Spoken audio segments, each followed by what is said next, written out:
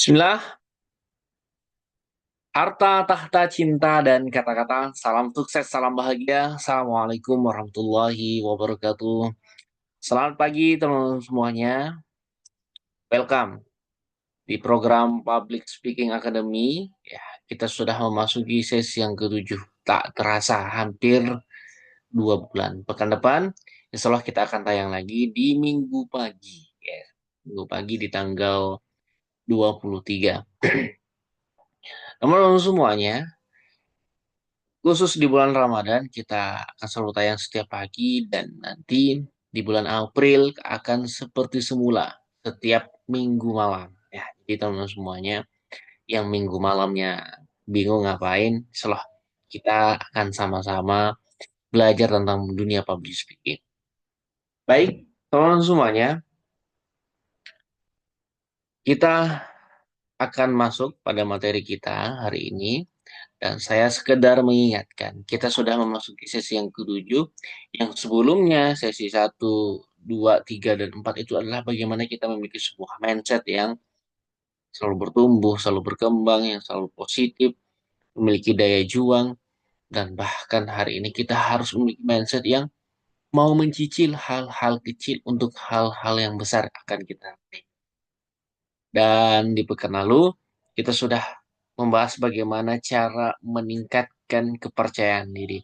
Nah, di pagi hari ini, kita akan membahas satu topik yang sangat penting dalam hidup kita.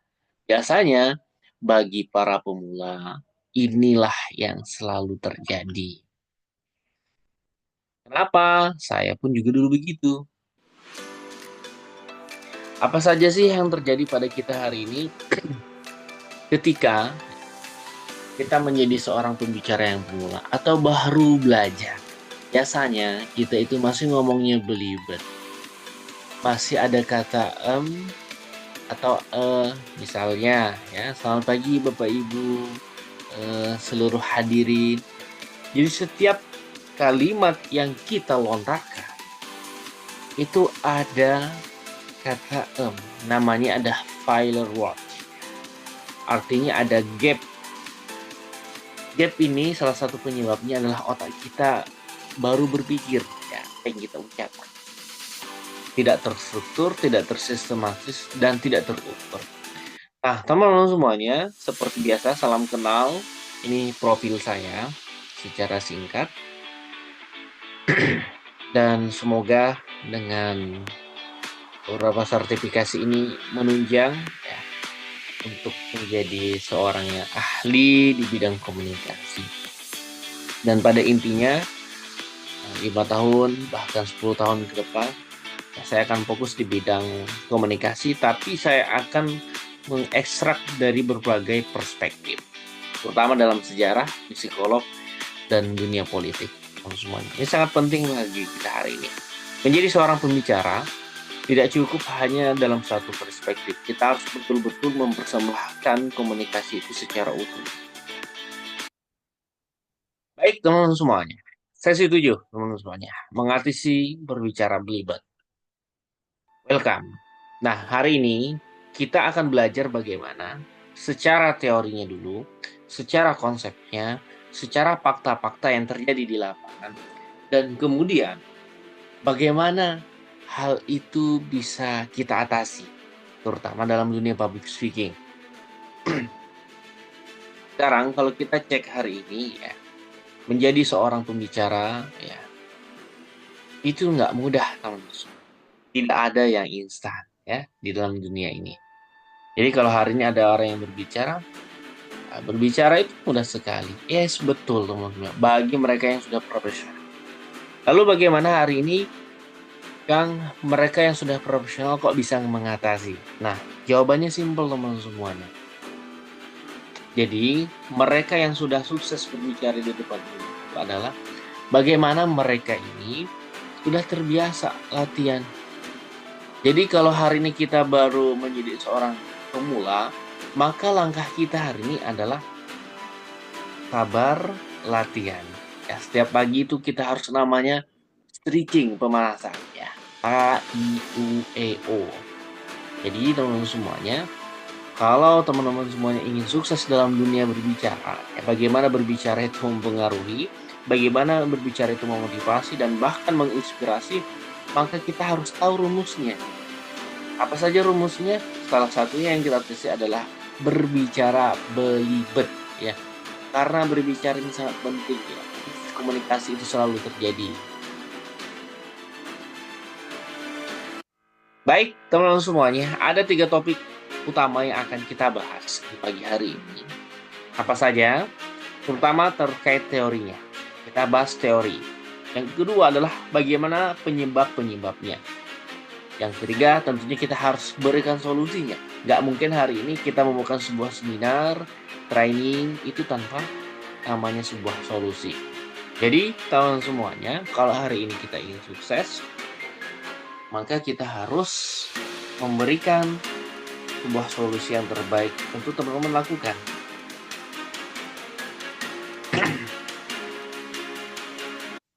Baik, teman-teman semuanya, kita masuki yang pertama. Teori kecemasan berbicara. Apa saja teori-teorinya? Saya izin tag video dulu teman-teman semuanya. Ini sangat penting dalam dunia karir seorang pembicara. Taruh di mana?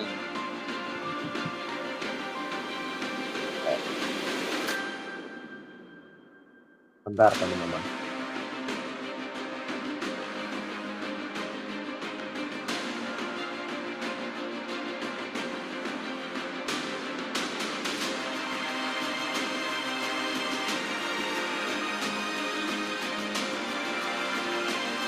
Yang pertama, menurut James, seorang pakar komunikasi mengatakan, kecemasan ini bisa dikurangi dengan latihan dan teknik relaksasi, teman-teman. Yes. Jadi, kalau hari ini teman-teman semuanya masih nervous, blank, takut, kurang percaya diri, bahkan gugup, itu adalah sebuah kecemasan, anxiety, ya. Itu adalah kita yang namanya perlu latihan dan teknik relaksasi. Jadi latihan itulah yang akan meningkatkan kepercayaan diri dan mengurangi yang namanya nervous atau mengurangi kecemasan. Nah, sama halnya teman-teman, ketika hari ini kita baru pertama menaiki sebuah pesawat, pasti ada rasa cemas. Kira-kira nyampe rumah nggak ya? Kira-kira nyampe tujuan nggak? Pasti ada. Tapi kalau kita sudah terbiasa naik pesawat, 2 kali, 3 kali, 4 kali, 5 kali, pasti itu yang akan kita. Itu yang dulu saya rasakan. First time naik pesawat ketika menjadi mahasiswa, wah, itu saya pikirkan gimana ya kalau sudah di tengah perjalanan dan kemudian kira-kira apa yang terjadi. Dan alhamdulillahnya sampai detik ini saya masih selamat. Nah, itu adalah ada upaya kita hari ini untuk melawan rasa cemas itu yang ada di pikiran kita. Jadi, menurut James, kita ini perlu namanya latihan dan teknik relaksasi. Teknik relaksasi sangat banyak, teman-teman. Ya, kalau menurut Tony Robbins itu, maka yang kita harus lakukan adalah mengubah pola pikir kita. Kalau nggak bisa mengubah pola pikir kita, maka kita mengubah body, badan kita. Ya, jadi karena pikiran dan badan itu adalah satu paket. Teknik relaksasi sangat banyak teman-teman semuanya ya. Dari hidung yang sudah pernah saya ajarkan, tahan, hembuskan. Ada yang sambil baring di tepi pantai, duduk di pagi hari jalan kaki. Ada juga yang sambil berzikir. Itu juga sangat powerful teman-teman semuanya. Jadi intinya teknik relaksasi adalah mengkondisikan badan kita ini agar siap menerima situasi apapun yang terjadi. Termasuk kita mau tampil. Itu yang pertama. Sekarang yang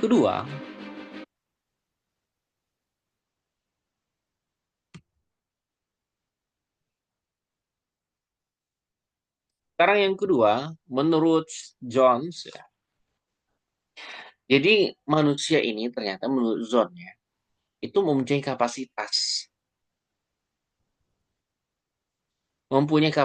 dalam memori kerja. Saya sangat mengkritisi sekali teman-teman semuanya. Sebenarnya saya nggak terlalu setuju banget ya. Tapi sisi lain saya setuju. Jadi gini maksudnya. Menurut John Sawyer ini adalah ahli psikolog ya. Kita manusia ini mempunyai namanya kapasitas dalam ber, ya, bukan memorinya ya. Kalau memori kita sangat banyak sekali bisa memuat semua ilmu. Tapi kita harus garis bawahi bahwasanya memori kerjanya ya. Jadi kalau hari ini kita harus mengingat nama-nama sabun, misalnya contoh ya, nama-nama sabun ada Sunlight, ada Mama Lemon, kemudian ada Gift, ada apa lagi? Light Boy. Nah, itu ada 4 yang masih saya bisa akses. Biasanya kalau lebih kita latih lagi tanpa persiapan, nah itu bisa sampai 5 bahkan 7. Tapi kalau betul-betul kita persiapkan, maka kapasitas ini, loading kita, itulah akan lebih banyak lagi. Jadi, memori kerja kita itu sangat mempengaruhi sekali teman-teman semuanya. Kalau kita cuma latihan 1 kali, 2 kali, 3 kali, ya kapasitasnya akan seperti ini saja. Tapi kalau sudah kita sering latihan, sudah terbiasa tampil di depan umum, maka inilah yang akan meningkatkan kapasitas teman-teman semua.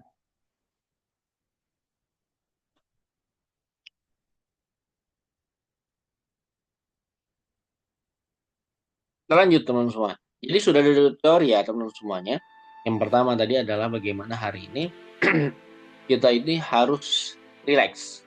Yang kedua, kita harus mengukur dan meningkatkan kapasitas secara kerja kita hari ini. Jadi ini sangat penting sekali kalau kita ingin mengurangi belibetnya. Itu secara konsep dan teori. Nah, sekarang yang kedua, kita harus pahami dulu apa saja penyebab-penyebab yang terjadi ketika hari ini kita berbicara itu belibet saja. Yang pertama, teman-teman semuanya, yang harus kita lihat secara psikolog. Ini sangat penting sekali. Terkadang, hal-hal yang belum terjadi menjadi ketakutan kita. Maka salah satu kuncinya untuk melawan ketakutan adalah kita melakukan apa yang kita takutkan. Yes. Saya ulangi.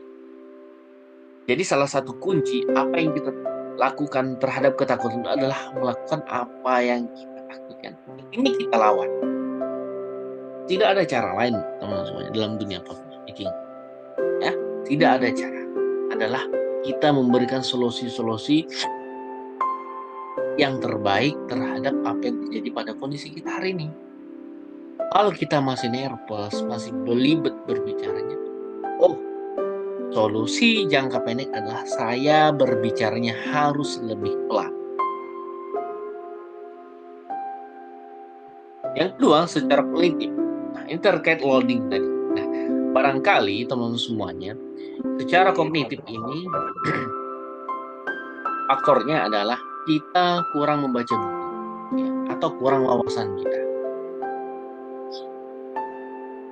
Saking kurangnya wawasan kita, tidak mau kita tambah dengan berbagai ilmu, maka inilah yang menyebabkan kita ini ngomongnya berbicara belibet. Kita nggak tahu konsep berbicara, kita nggak tahu strukturnya, dan kita nggak tahu pola-polanya. Nah, dalam dunia public speaking, setidaknya teman-teman berbicara itu ada polanya. SPOK, ya. Ada subjeknya, ada predikatnya, ada objek dan keterangan. Itu adalah salah satu pola dalam berbicara. Yang ketiga secara linguistik. Yes. Pertanyaannya sekarang adalah linguistik itu adalah bahasa teman semuanya. Kira-kira kalau kita cek ya, di tas kita ada buku nggak? Nih saya mau cek ya, di tas saya ada buku nggak? Tentunya ada teman semuanya. Ini buku Pak Ongki ya, Pak Ongki Public Speaking Master ya. Jadi teman semuanya, linguistik itu bisa sangat sekali kita tambah. Nah, inilah salah satu penyebabnya hari ini linguistik kita belum maksimal dan kita belum memaksimalkan. Artinya, ada waktu yang sangat free, maka kita itu perlu yang namanya membaca buku agar kosakata kita itu selalu makin bertambah dan semakin berdaya. Nah, ini. Yang keempat adalah secara fisiologis. Apa sih fisiologis itu secara fisik teman semuanya? Nah, saya ajak teman semuanya di sini untuk melatih ya.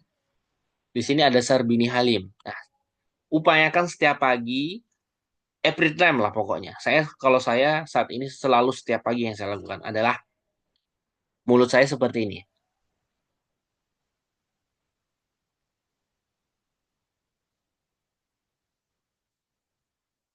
Nah, itu.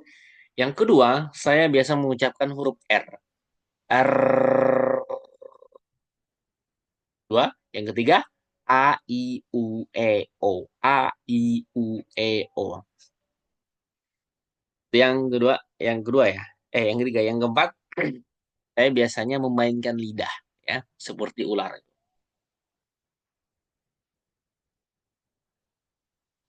Nah, ini ada 4 tips yang saya berikan agar lidah kita ini lentur lah, fleksibel. Bisa jadi berbicara kita yang masih belibet itu faktornya itu. Jadi dari 4 faktor ini, teman-teman semuanya bisa disesuaikan. Pertanyaan selanjutnya adalah apa saja sih yang harus kita pahami? Nah ini, secara psikologis kita ini gugup dan takut kalah, kurang percaya diri, dan terlalu overthinking teman-teman semuanya.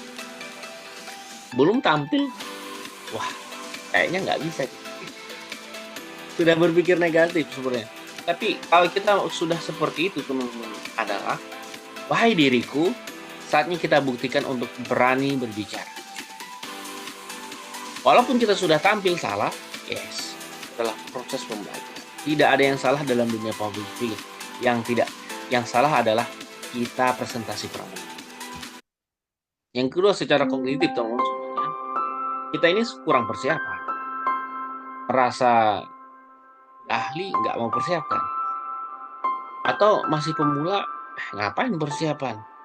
Kan ngomong tuh langsung aja. Nah ini terlalu beban pikirannya terlalu berlebihan teman semuanya ya. Banyak yang dihafal, ya, angka, data, grafik, segala macamnya. Makanya di sesi selanjutnya nanti kita akan belajar namanya teknik mengakuisisi. Bagaimana teknik ini membagi by step teman-teman akan bisa menguasai public speaking. Nah, ini teman semuanya, kita nggak mau membiasakan diri kita berbicara. Secara pribadi, self talk, kemudian chat ya, face to face, kemudian yang ketiga adalah kita mau berbagi inspirasi di dunia sosial. Yes, saya sudah jarang nih, tapi saya latih adalah setiap pekan saya harus berbicara. Setiap harinya saya harus latihan. Yes. Yang ketiga adalah linguistik teman semuanya. Ya, apa saja kosakata kita terbatas. Ya. Kemudian nih kita terutama nggak terbiasa dalam bahasa-bahasa tertentu. Misalnya dalam bahasa Inggris, dalam bahasa daerah, ya bahasa Jawa, bahasa Bugis, bahasa Makassar, bahasa Kutai, atau bahasa orang Medan, bahasa apapun yang ada di Indonesia ini, atau bahkan bahasa-bahasa di luar sana, kita nggak terbiasa. Ya. Contoh dalam bahasa Turki, bir musibet nasihatan iyidir. Ya. Satu musibah lebih bermakna daripada 1.000 nasihat. Nah, bagaimana saya menghafalnya? Saya selalu mengulangi apa yang saya baca. Akhirnya saya hafal dan saya kuasai. Ya. Yang keempat, faktor fisiologis, teman-temannya. Nah, ini pernapasan kita perlu kita atur. Ya, 4-4-4 ya. Tarik napas dari hidung, tahan, hembuskan.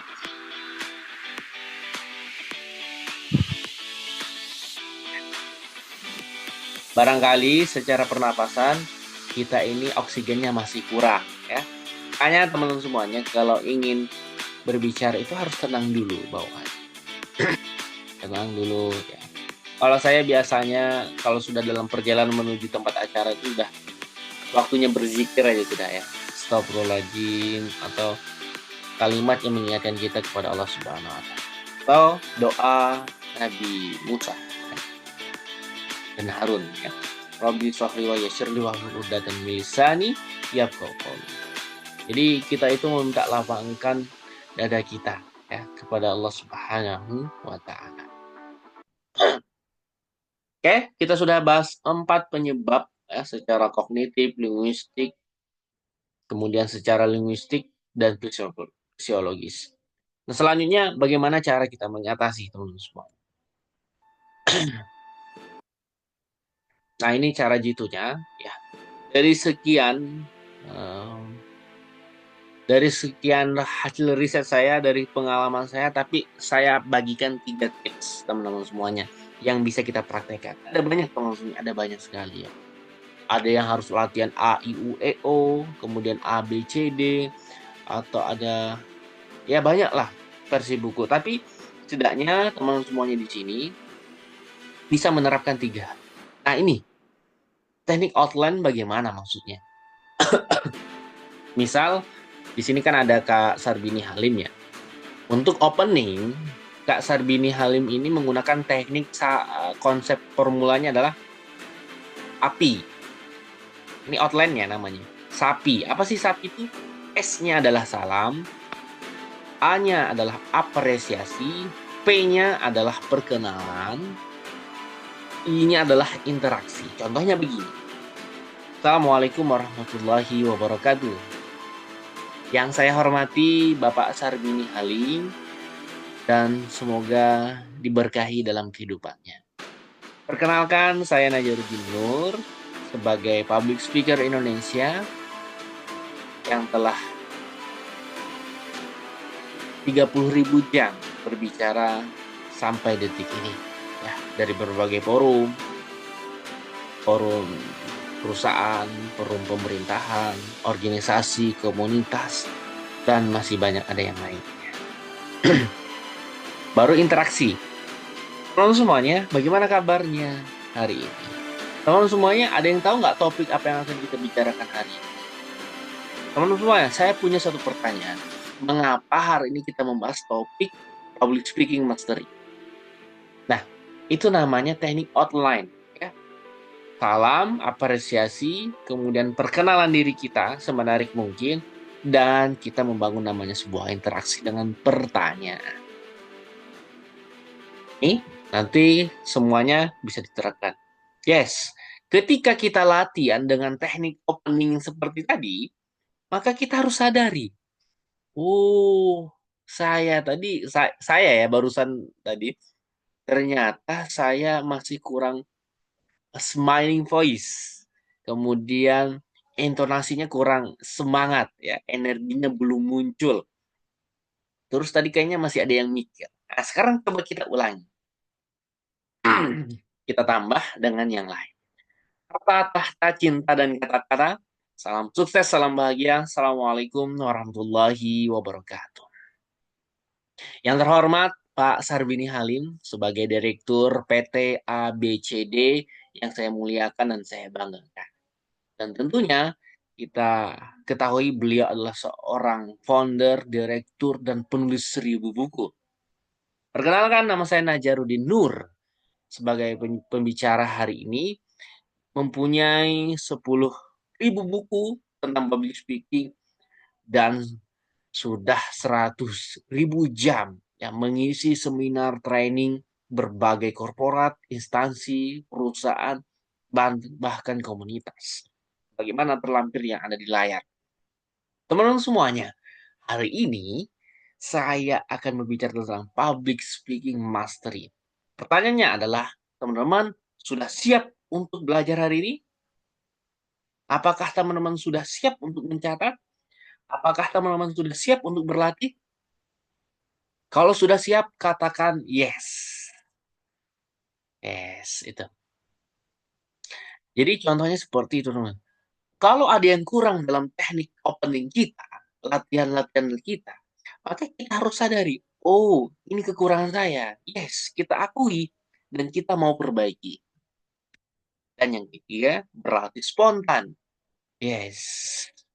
Dari sekian banyak cara, teman-teman semuanya, yang ketiga ini sangat bagus sekali dan sangat efektif. Ini Kak Sarbini Halim tadi saya lihat lagi jogging barangkali atau olahraga ya. Kak Sarbini, ya, kalau lagi dalam perjalanan seperti ini, ada teks kalimat atau baliho yang besar. Misalnya pelantikan pengurus cabang partai ABCD periode 2025 2000 sampai 2029. Nah, itu coba kita baca pelan-pelan dulu. Pelantikan pengurus cabang kota ABCD, partai ABCD periode 2022 periode 2025 sampai 2029. Itu yang baru pertama. Nah, sekarang kita lancarin lagi. Pelantikan pengurus cabang ABCD, partai ABCD periode 2025 sampai 2029. Nah, ini teknik-teknik latihan kita spontan. Oh, misal, ini saya ingat ya, semoga nggak salah kalimatnya ya. Di salah satu gang, saya habis olahraga itu ada kalimat begini di tempat potong rambut itu.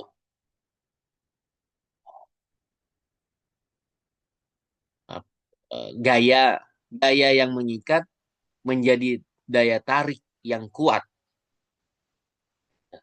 Gaya yang mengikat akan menjadi daya tarik yang kuat. Maksudnya itu kita potong rambut itu akan menambah penampilan kita lebih powerful, lebih hebat, lebih keren. Nah, itu akan menjadi daya tarik yang kuat. Nah, itu kalimat yang saya ingat. Oh, ternyata setiap kosakata yang kita lihat dimanapun berada ya, itu menjadi bahan latihan kita.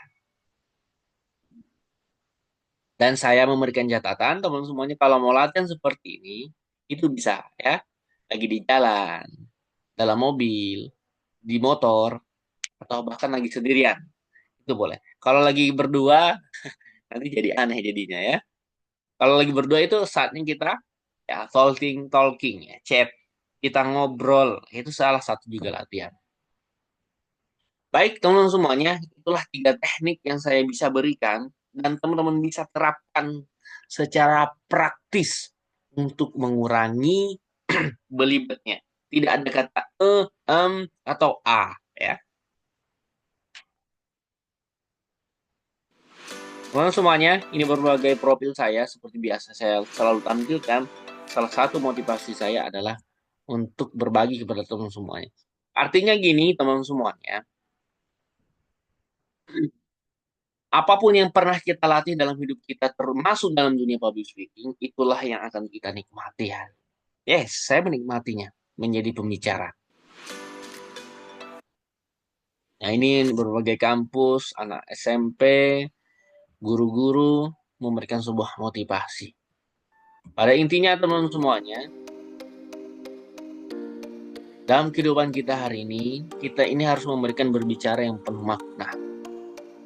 Tapi itu pasti, teman semuanya. Maksudnya bagaimana? Setiap apa yang kita ucapkan itu harus mempunyai arti, diksi, inspirasi, motivasi. Agar apa? Kita itu akan memberikan sebuah kepastian. Karena yang kita ucapkan itu, itulah yang akan menjadi pengaruh dalam hidup kita hari ini. Jadi kalau hari ini kita ditanya, semuanya, apa sih maksud dan tujuan hidup kita adalah memberikan sebuah inspirasi melalui mulut kita. Jadi saya mengajak teman-teman semuanya, yuk hari ini kita sama-sama belajar public speaking. Apa yang belum kita tahu kita gali, apa yang sudah kita ketahui kita action, kita latihan, dan apa yang sudah kita latih kita kuatkan lagi dengan berbagai teori-teori yang semoga menginspirasi. Teman-teman semuanya, bagi teman-teman semuanya ingin mendapatkan sebuah motivasi, tips-tips, nah silahkan kunjungi Instagram saya, YouTube, maupun TikTok. Nah, tulis aja Najarudin Nur ya. Silahkan teman-teman semuanya. Bahkan Facebook juga ada. Jadi, teman-teman semuanya, saya izin memberikan informasi. Jadi, kalau kita ikut Public Speaking Academy yang premium, atau yang reguler, teman-teman akan mendapatkan empat hal ini. Akan mendapatkan empat hal ini. Yang kelima itu, kalau teman-teman semuanya mengambil paket 300.000 per bulan. So, teman-teman semuanya, ini saya berikan kemudahan. Mau yang per pertemuan, apa sih keunggulannya? Teman-teman semuanya, setelah sesi training seperti ini, sesi seminar seperti ini, teman-teman itu akan dilatih. Ya, teman-teman akan dilatih.